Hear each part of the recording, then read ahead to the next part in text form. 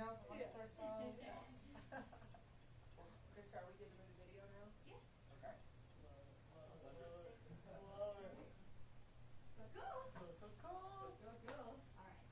All right, hot seat, hot seat, hot seat. Thanks, Chris. Yeah, thank you, Chris. Thank you, Chris. Thank you, Okay, all right. Let me grab David. To mic me up? Yes. I can probably. What's their name? I can probably.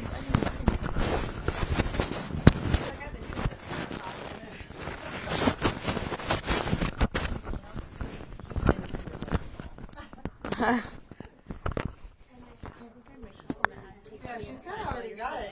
If you want to oversee it. Yeah, you I got it, right? Cool. Right? Ooh, not my first rodeo. My first time sitting, not my first time putting on a microphone. Just right here. Oh, great. Yeah, you can see it. Okay. You can hear it. Yes. Yeah, and this is the crop too, so you can see it. Yeah, that looks great. I'm glad we went with the pink. She cute. Yeah, I love how you're like, I'm going to ride this Barbie wave. I will ride it all the way to shore. Just because you love pink or because Barbie was that great? Well, both. Yeah. Really both. I've always been a pink girl, but I love it. I did love that movie. I know, I want to save it because I don't want to ask too much yet. But I did too. This is LA Master Control.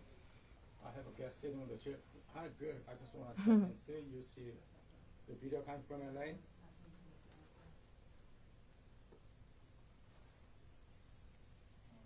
I know it's so clean. Normally we need the grit. Are you a daily washer normally? No. Yeah. No, I just had her wash it a lot last night. Yeah, we did this slicked one? back last night, and she was like, "I put some stuff in there." The delay is killing me. I know. Terrifying. All right, thank you. I hate my talking voice so much. Really? I would think if you like singing and you would get over it. No. I'm used to my singing voice. My talking voice is You're like, jarring. down. It is. It's so jarring. It's all of us.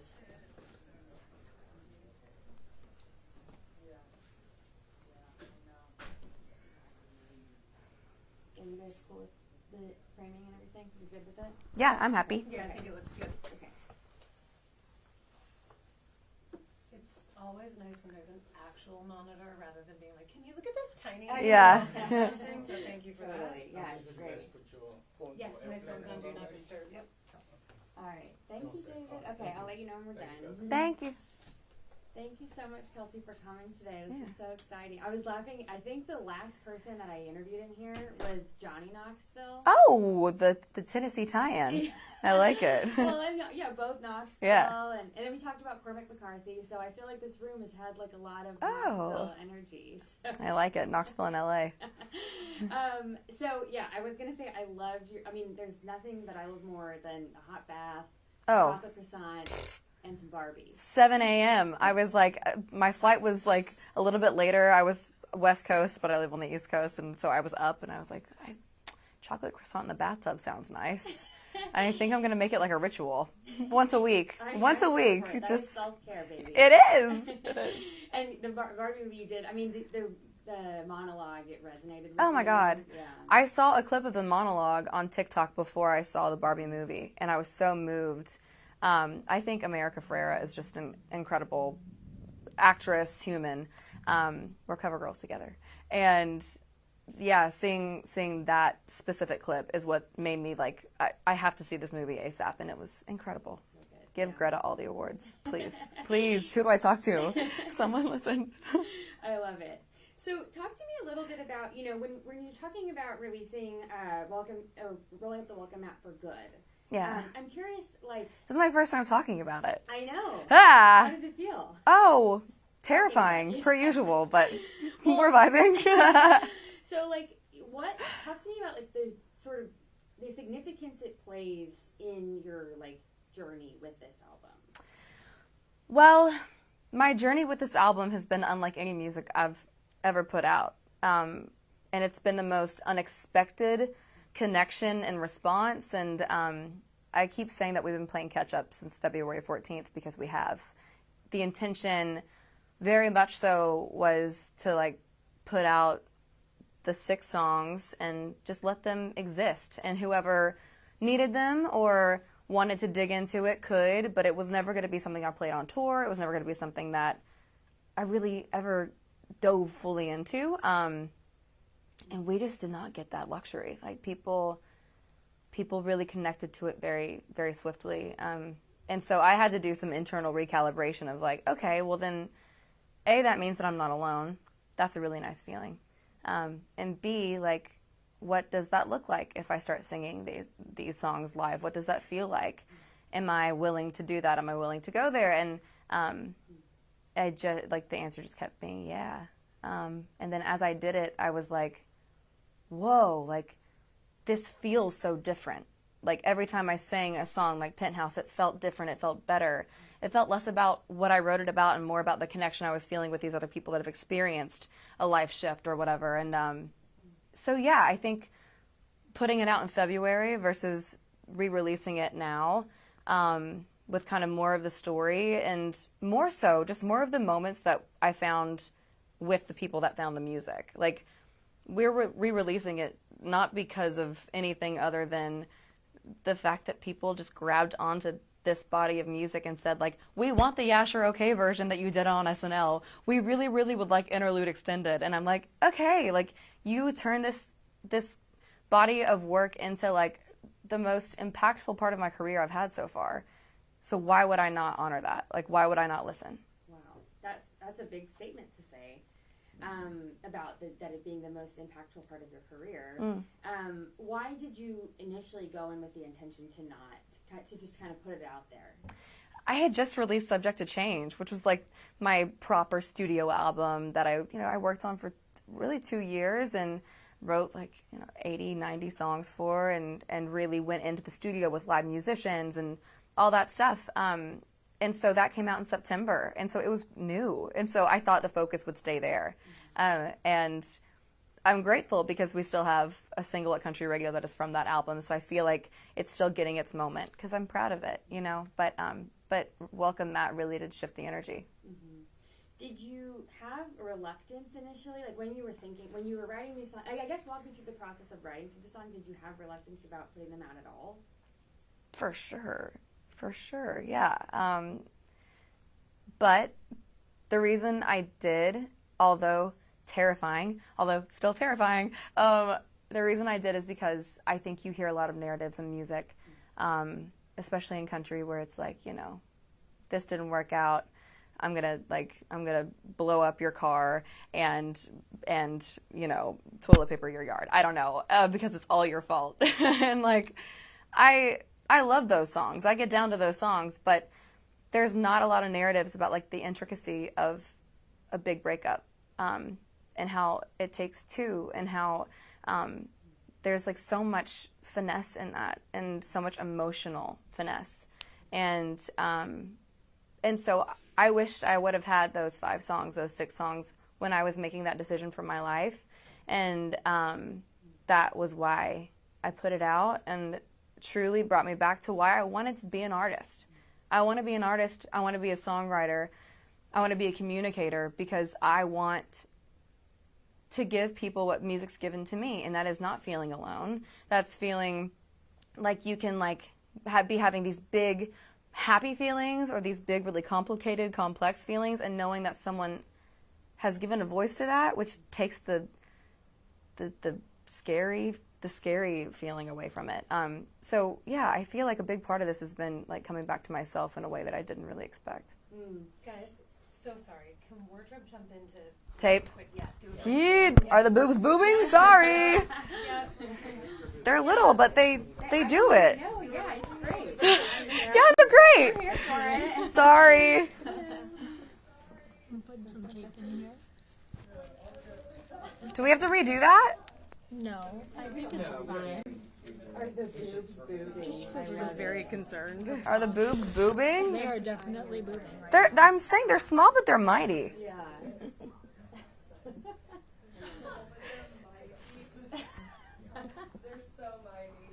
They're small, but they're mighty. Well, the top is doing you a lot of favors. My God, I mean, thank it's a you. great Top, so. It's just like the camera angle is like coming Yeah, in. the Yeah, camera's like through right here. through it. We It's didn't not I don't think sticking. it can always push in if there's any wardrobe malfunctions in the edit.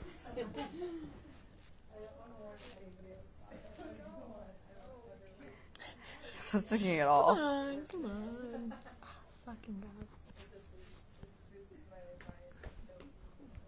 Let me add another one on the top too. I'm just worried because it's like the angle that it's coming in on. I mean, we have pasty here, so it's not too bad. It's not too close. Well, it's not. It just like looks like it's a lot. Have I said anything stupid yet? No. Slay. I love it. It's so weird because this is our first interview about this. I know. I'm a very unfiltered person, and the older I get, the more I get that way. And sometimes it's a good thing, and sometimes I'm like, Kels, buddy, why'd you say that? I feel like that's better. I'll try to stop moving so much. It's like, yeah. It's like that right there. It's like, it looks on the screen, even out there too. It's like super wrinkled right there in the middle. I think it's a shadow, but. Sorry. That's better. That's good. That's good. That's Okay. great. That looks great. No boobage. The boobs will keep boobing, but in The a way boobs will that's- keep boobing, but appropriately for Right. for this interview. Okay, take two. So yeah, I actually, it's interesting because, like, especially with your music, it's very apparent that you're writing from a place of vulnerability and like from the heart. And obviously, this album was that, like, you know, times Yeah, 10. yeah. I was wondering if you ever, this is maybe a dumb question, but do you ever write songs like that you just are for yourself I mean, and like don't put them out? I mean, that's a really good question. Songwriting is the most selfish part of what I do. I write songs for me. I do it to process my life. The good, the bad, the complex, the ugly, the pretty, all of it.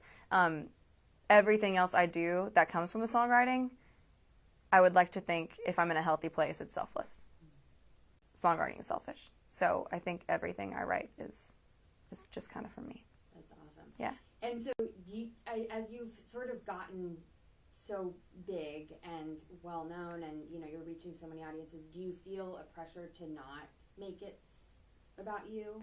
It's so interesting. Kind of quite the contrary. Like, I think because Welcome Mat was so specific, I've always wanted to write songs about my life, but I've always been very aware of, like, if I put in these really, really specific details, what if it's not relatable? So then, like, I'll kind of zoom out a bit, you know? And with Welcome Mat, obviously I didn't do that. Down to, like, 8th Avenue, down to, like, very specific details of the truth of my life. And I think because of the response and the connection of that, I'm really challenged now moving forward to keep it there.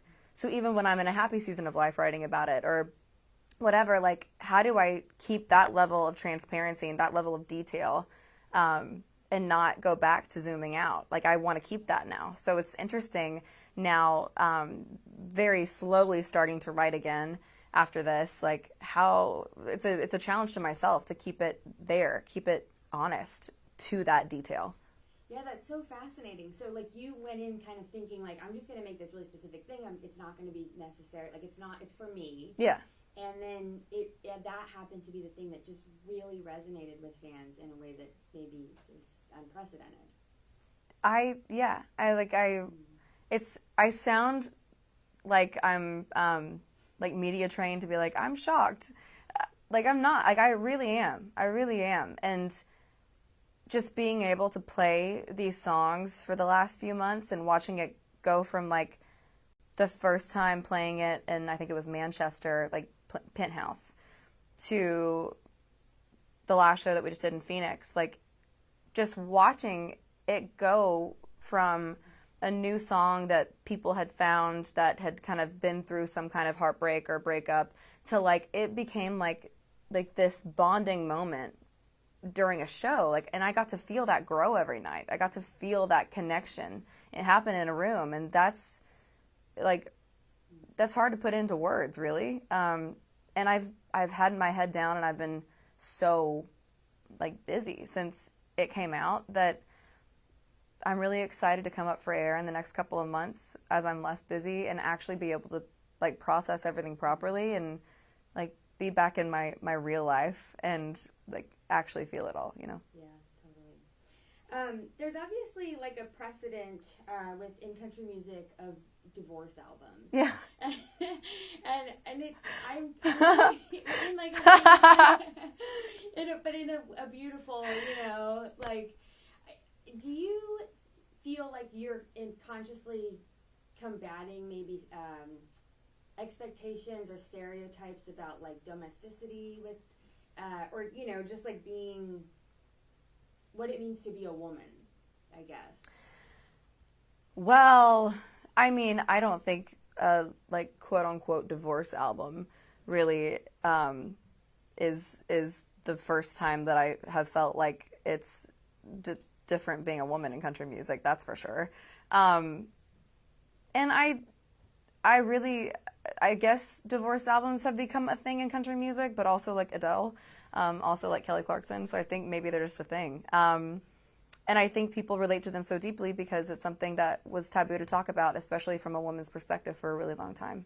And so, yeah, I think, again, just like going back to like giving a voice to myself and validating my own feelings and my own life and and my own journey, and hoping that other women feel that too and like feel validated in that, is important to me in country and in social media and everything else.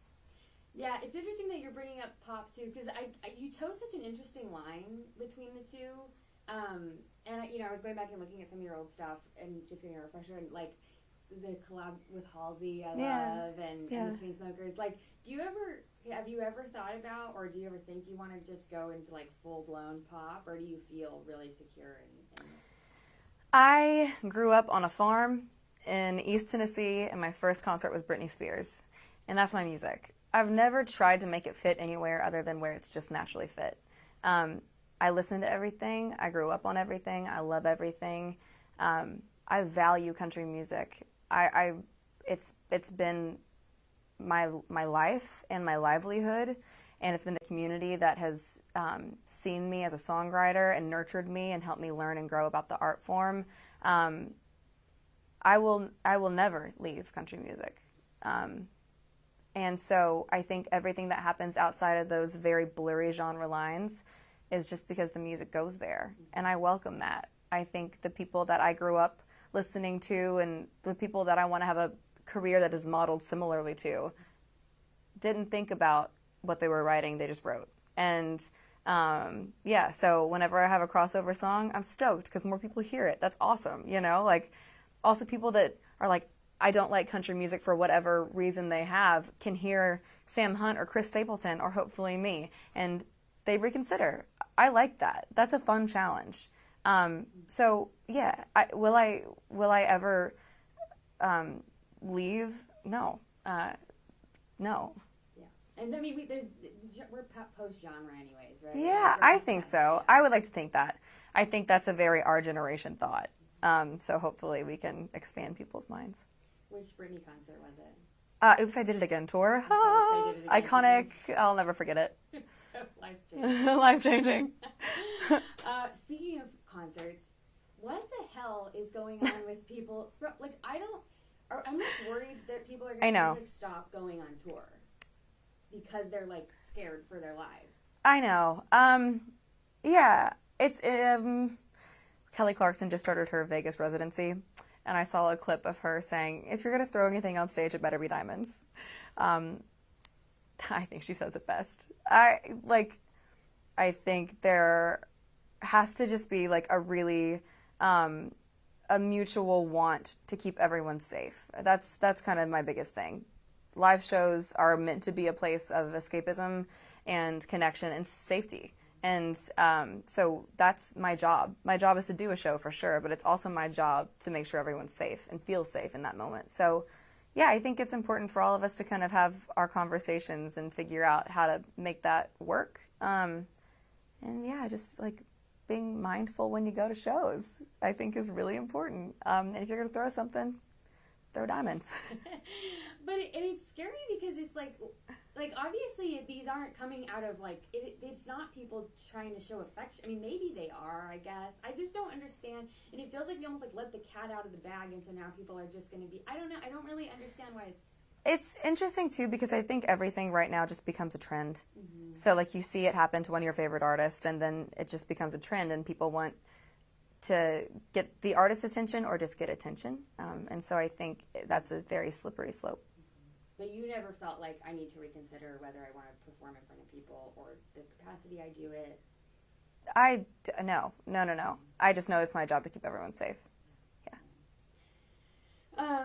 So I think that was, well, I did want to ask that, you know, you talked about being an unfiltered person. I loved that. I'm scared. What? So, I was wondering, like, if you have, because I've seen people talk about how they like doing interviews. Oh. But then they are nervous to do it because something could be taken out of context on social media. Do you ever, is that something that you should, I mean, you seem like you're pretty down to chat and you're open and you're an interesting and intelligent person who can have a good conversation. But so, like, is that, I'm curious about kind of your philosophy on that, if you feel like you've had to be mindful of that. Well, I think in the last year I've learned a lot because not only has like my music kind of shifted into a different place, but like just eyeballs on me as a person have shifted. And so I definitely feel aware of that. But that means that I have a choice to either kind of filter myself and make myself more palatable for everyone, or to just keep doing what I've always done and try to be myself. And that's ever evolving and ever changing. But like, I'm not perfect. No one is, right? And so I'm going to say things that are maybe not for everyone, or I'm going to say what I mean and say it wrong. And I'm going to stumble and I'm going to fall on my face. And I'm okay with that because I'm okay with me. And so, yeah, I definitely have learned the hard way a couple of times, and I write about it, and then I move on. I'm human. Yeah. And as you've gotten bigger, I'm not saying I don't have like proper panic attacks about it sometimes. I do, but like I do my best to just say what I mean what I say, don't say it mean, and move on. I mean, I feel like if we all had that attitude, there would be a lot more grace for other people as well, right? That's what it is. It's a lack of grace that we have for people now, mm-hmm. especially people that are trying to stand up for things. And yeah. So I think if I can have grace for myself, that will hopefully be a starting point. I love that. And then I am curious about, as you've gotten bigger, are you feeling like you are trying to be cognizant of, like, man, you seem like very down to earth. Thanks. Is that something you have to do intentionally, or? No, my real life is like a real life. Like, my friends don't care about anything other than, oops, I just ripped my pants, other than my actual, like, happiness and like whether we're gonna like cook dinner or grill dinner or go out. Like it's I don't know. I don't have yes people in my life. I've changed a lot of the people in my life to make sure that I don't. And I don't know. I value the things that I valued way before I had a song on the radio. I value time with my friends, time with my family, time with my dog, time to work on my body and my mental health. I also value music in a way that is not attached to being in a sparkly outfit on stage too. So I think I have a really good and new separation of the two. And so I hope I hope to always like really protect that. And I think I have people in my life that help me. Yeah, that's interesting to consciously be like, I can't have yes people around me. I don't know. I also feel like when I first started, this is not sexy to say, but it's true. When I first started, I was like, 21, and I had a song on the radio, and it was my first time being like at award shows or at parties where there were like people that were on a poster on my wall as a kid were in the room, and I was so starry-eyed because how could you not be? You know what I mean? And so then I was like, oh my God, like I want to go to more of these things. Like I want to be friends with cool people. I want to be friends with famous people. Like that's not sexy to say, but it's true. And I think with age and with disappointment in friendships or whatever it may be, you kind of recalibrate, And so I think that's why I'm like, my real life is like small now. Yeah, which is interesting. I mean, maybe that's part of, like, it seems like that's more doable to do, to like manage that. Yeah. Because you've gotten big. Like it's been a really big climb, but you've been steadily plugging away. Yeah. It's not like you became Britney Spears overnight. Yeah, I mean, I've been touring for a decade now. Like I put out Love Me Like You Mean It almost 10 years ago. So I feel like it's been a really wonderful 10 years and like steady. And I've had moments where I'm like, oh my God. But nothing like this last year. Awesome. Well, thank you so much. Yeah, Kelsea. of This course. was so lovely. You were great. Thank you. Yeah. Thank you. Boobs and all. Boobs and all. Amazing. The fact that boobs sound moving is a verb. I know. Moving is a verb. I thought that was brilliant. I'm gonna start using that. Are the boobs boobing? Yeah, I will trademark you.